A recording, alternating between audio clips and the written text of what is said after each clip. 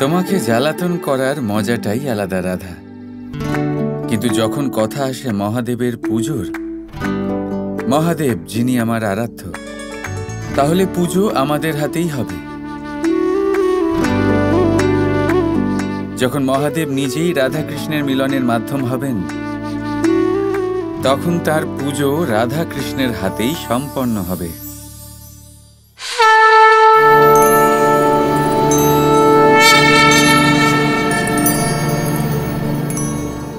মা, বাকিরা সবাই কোথায়?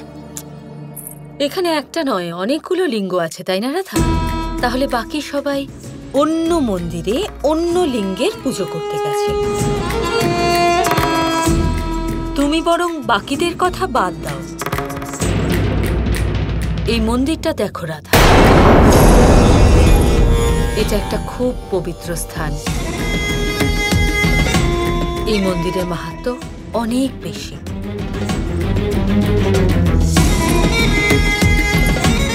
তুমি আমার ছেলের সাথে একসাথে বাঁধা তো পড়েছ, আর আমার সম্পূর্ণ বিশ্বাস যে এই পবিত্র মন্দিরে দুজন একসাথে বসে পুজো করলে দুজনের সম্পর্ক আরো দৃঢ় হবে।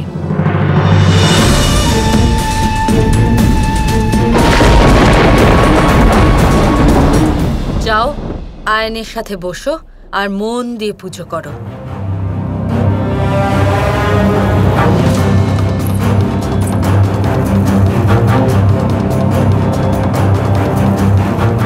যেখানে কোনো সম্পর্কই নেই সেখানে সম্পর্ক দৃঢ় কি করে হবে জটিলা কাকি? এখানে শুধু একটাই সম্পর্ক আছে, রাধা কৃষ্ণের প্রেমের সম্পর্ক, আর আজ সেটা আরো দৃঢ় হবে।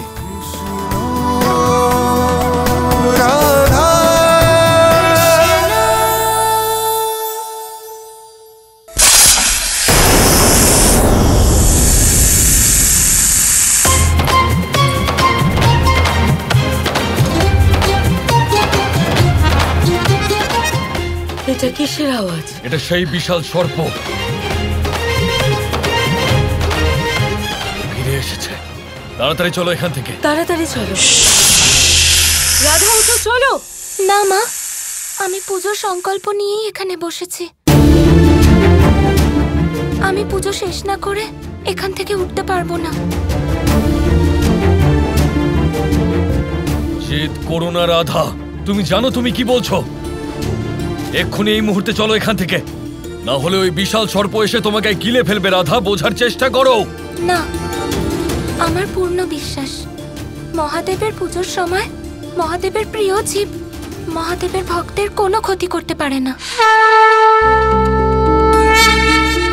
এটা কি বোকামি? রাধা চলো এখান থেকে, ওঠো এখান থেকে, চলো তাড়াতাড়ি এসো। চলো আয়া। মা, আমরা সব থেকে বড় পুরোহিতের বাড়ির সদস্য। যদি সংকল্প নেওয়ার আগে পুজো শেষ না করি তাহলে বাবার অপমান হবে। আমি যেতে পারবো না। আমার শ্রদ্ধা অপার আর সংকল্প অটুট।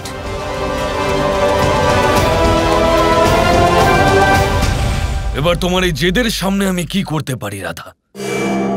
ঠিক আছে, তোমার যা ইচ্ছে তুমি করো। চলো মা।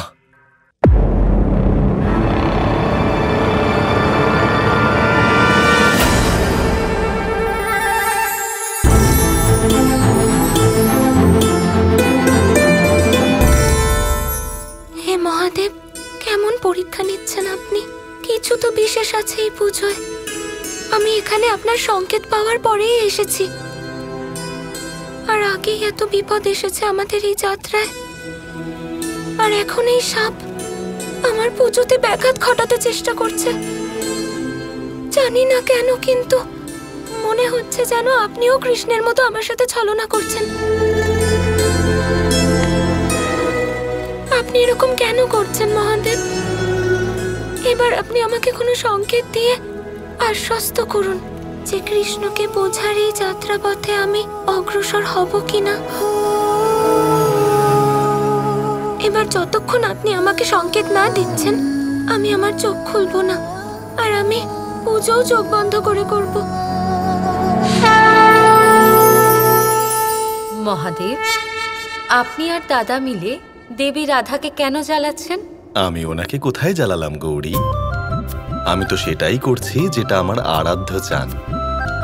দাদা তো এই সুযোগের অপেক্ষায় থাকেন যে কখন আর কিভাবে তিনি দেবী রাধাকে জ্বালাবেন। অন্তত আপনি তো ওনার সাথে না থাকতে পারেন মহাদেব। এটার বিপরীতে আমার তো এটা মনে হচ্ছে যে শ্রীকৃষ্ণ সবসময় এটার খোঁজেই থাকেন যেখানে উনি দেবী রাধার সাথে প্রেমের কর্ম করতে পারেন, প্রেমকে নিয়ে বাঁচতে পারেন, এই জগৎকে প্রেম শেখাতে পারেন। মানে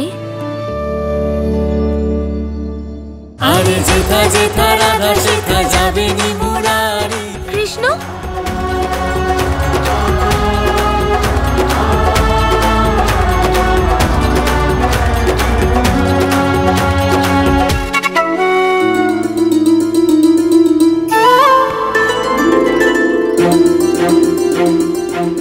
এটা কি করছো তুমি? আমার হাত কেন ধরলে? মহাদেবকে হলুদের আগে কুমকুম অর্পণ করতে যাচ্ছিলে তুমি রাধা। তোমাকে রাস্তা দেখাচ্ছি আমি, আর তোমার সাথে পুজোও করছি। কোনো দরকার নেই, চাই না তোমার পথ দেখানো।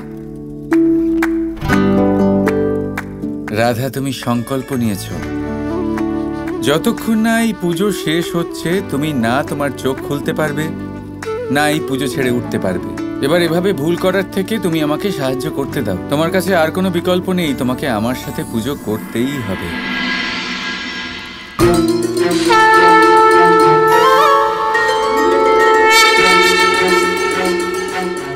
দেখো গৌরী, কিরকম মনোরম আর অদ্ভুত দৃশ্য। দেবী রাধা আর স্বয়ং আমার আরাধ্য শ্রীকৃষ্ণ আমারই পুজো করছেন।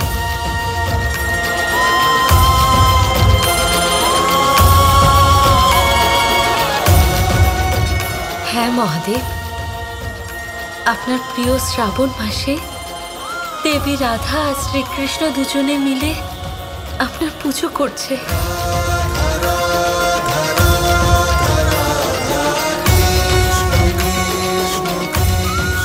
দেবী রাধার সংকল্প অটুট রয়েছে আর চোখও খুলছেন না।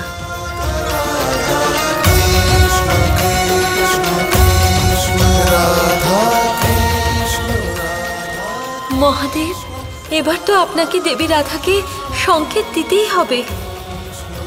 গৌরী, এটা সংকেতের নয়, দর্শন দেওয়ার সময়। দর্শন মহাদেব? হ্যাঁ গৌরী, দেবী রাধাকে দর্শন দেওয়ার আর স্বয়ং ওনাকে দর্শন করারও।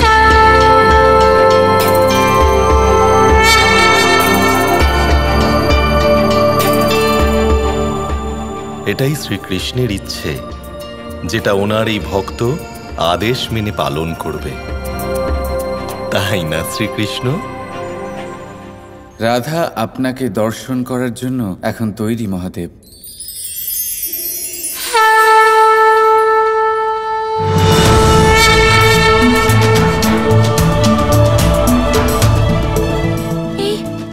এই আলোর জ্যোতি কিসের? এটা মহাদেবের সংকেত নয় তো?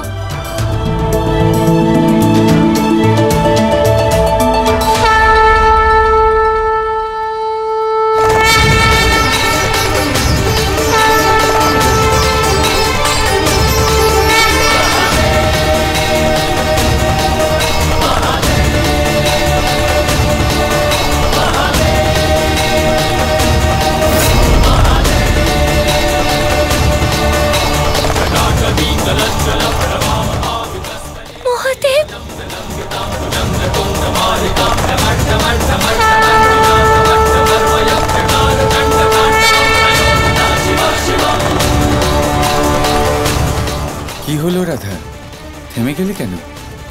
সাক্ষাৎ মহাদেব তোমার সামনে, এই পুজো শেষ করো। রাধা কৃষ্ণ কৃষ্ণ কৃষ্ণ কৃষ্ণ